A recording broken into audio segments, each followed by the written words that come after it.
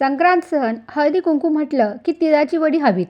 पण ती पाकाची कटकट, तार येते का नाही याचे टेन्शन सगळ्यांना नको नकोसं वाटतं. म्हणूनच आज मी तुमच्यासाठी घेऊन आले आहे पाक न करता अगदी झटपट आणि हमखास जमणारी तिळाची वडी. ही वडी इतकी सोपी आहे की नवशिक्यांनाही सहज जमेल आणि चव तर अगदी मस्त. झटपट हळदी कुंकू समारंभासाठी वाणासाठी ही रेसिपी एकदम परफेक्ट आहे. चला तर मग वेळ न घालवता पाहूया ही सोपी आणि खास तिळाची वडी कशी बनवायची. तर हाय हॅलो नमस्कार, तुमचे सर्वांचे माझ्या चॅनलमध्ये खूप खूप स्वागत आहे. तर आज आपण बघत आहोत पाकाची झंझट नसणारी झटपट होणारी मस्त अशी खुसखुशीत तिळवडी. तर तिळाची वडी बनवण्यासाठी सर्वात प्रथम मी इथे तीळ घेतलेले आहे.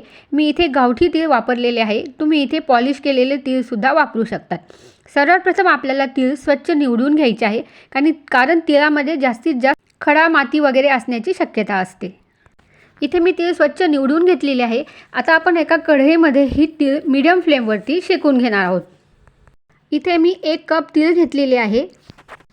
तीळ एकसारखे आपल्याला हलवत राहायचे आहे जेणेकरून तीळ जळणार नाहीत. तिळाचा तडतड असा आवाज यायला लागल्यावर आपल्याला लगेचच गॅसची फ्लेम बंद करायची आहे आणि थोडा वेळ गॅसवरती तीळ भाजून घ्यायचे आहे. त्याचबरोबर एकीकडे तीळवडी थापण्यासाठी मी तूप लावून घेतलेले आहे आणि तीळही भाजून झालेली आहे. ती एका भांड्यामध्ये आपण आता काढून घेऊया. आता ह्याच गरम कढईमध्ये आपण 1 चमचा तूप ॲड करणार आहोत आणि त्यानंतर लगेचच आपण साखर ॲड करणार आहोत. ज्या प्रमाणात तुम्ही तीळ घेतलेले आहेत त्या प्रमाणात इथे तुम्हाला साखर घ्यायची आहे. तीळ आणि साखरेचं प्रमाण एकसारखंच असावं. आता मीडियम फ्लेमवरती आपल्याला ही साखर सारखी हलवत राहायची आहे. जोपर्यंत साखर पूर्ण मेल्ट होत नाही तोपर्यंत आपल्याला एकसारखे हलवत राहायचे आहे. तुम्ही बघू शकता आता साखर थोडी मेल्ट व्हायला सुरुवात झालेली आहे. आता तुम्ही बघू शकता आता साखर एकदम मेल्ट व्हायला सुरुवात झालेली आहे. लक्षात असू द्या गॅसची फ्लेम तुम्हाला मीडियमच ठेवायची आहे, हाय फ्लेम करायची नाही आहे. अशा पद्धतीने एकसारखी साखर हलवत राहायची आहे. आता तुम्ही बघू शकता इथे साखर मेल्ट झालेली आहे. आता ह्या ठिकाणी मी गॅसची फ्लेम बंद केलेली आहे आणि उरलेले जे क्रिस्टल्स आहे ते हलवल्यानंतर यामध्ये ते सुद्धा मेल्ट होऊन गेलेले आहेत.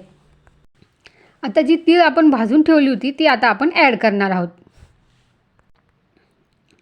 इथे गॅसची फ्लेम मी बंद केलेली आहे आणि एकसारखं आपल्याला हे हलवून घ्यायचं आहे. तीळ आणि साखर छान मिक्स करून घ्यायची आहे. ही प्रोसेस थोडी झटपट करून घ्यायची आहे आपल्याला.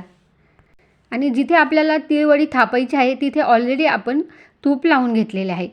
त्या ठिकाणी आपण आता हे ओतून घेणार आहोत.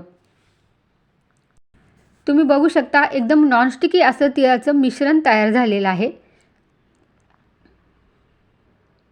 थोडे देखील कढईला चिटकलेलं नाही आहे. आता हे मिश्रण आपण ओतून घेतलेलं आहे. लगेचच स्पॅच्युलाच्या साहाय्याने आपण हे उलटं करणार आहोत. तुम्ही बघू शकता एका साईडचं लगेच गार झालेलं आहे. अशा पद्धतीने आता हे मिश्रण आपण लाटून घेणार आहोत. त्यासाठी लाटण्याला सगळीकडून मी तूप लावून घेतलेले आहे.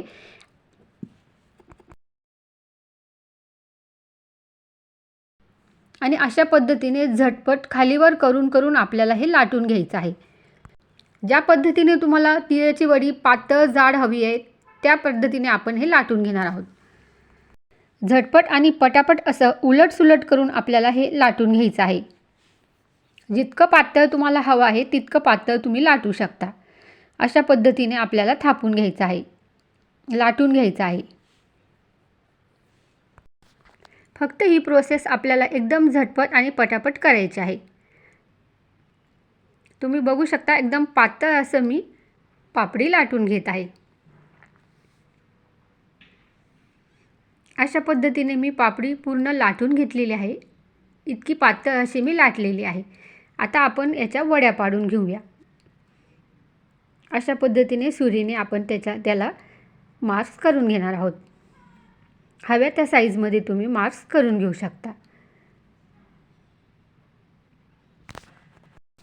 आपण साध्या चाकूने हळूहळू वडीचे निशाण पाडून घेतोय म्हणजे नंतर काहीच अडचण येणार नाही. मिश्रण अजून कोमट असतानाच हे निशाण पाडले तर वड्या नीट आणि एकसारख्या आकाराच्या होतात.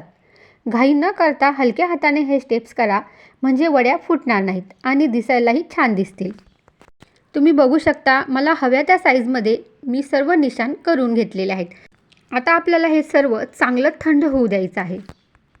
त्यानंतरच आपण याच्या वड्या काढून घेणार आहोत, जेणेकरून नीट एकसारख्या वड्या व्यवस्थित निघतील. तुम्ही बघू शकता अशा पद्धतीने सर्व वड्या मी कापून घेतलेल्या आहेत. तर पाहिलंत ना, आपला पाक न करता झटपट तिळाच्या वड्या आता तयार झालेल्या आहेत. एकदम नीट सुटलेल्या आहेत, न मोडता दिसायलाही खूपच छान झालेल्या आहेत. चवीलाही वड्या ह्या परफेक्ट लागतात आणि खास गोष्ट म्हणजे ह्या बनवायला अगदी कमी वेळात तयार होतात. हळदी कुंकू समारंभासाठी वाणासाठी ह्या वड्या नक्की ट्राय करा. रेसिपी आवडली असेल तर व्हिडिओला लाईक करा, शेअर करा आणि अशाच घरगुती सोप्या रेसिपीजसाठी चॅनलला सबस्क्राईब करायला विसरू नका. भेटूया पुन्हा एका नवीन रेसिपीसोबत. तोपर्यंत धन्यवाद.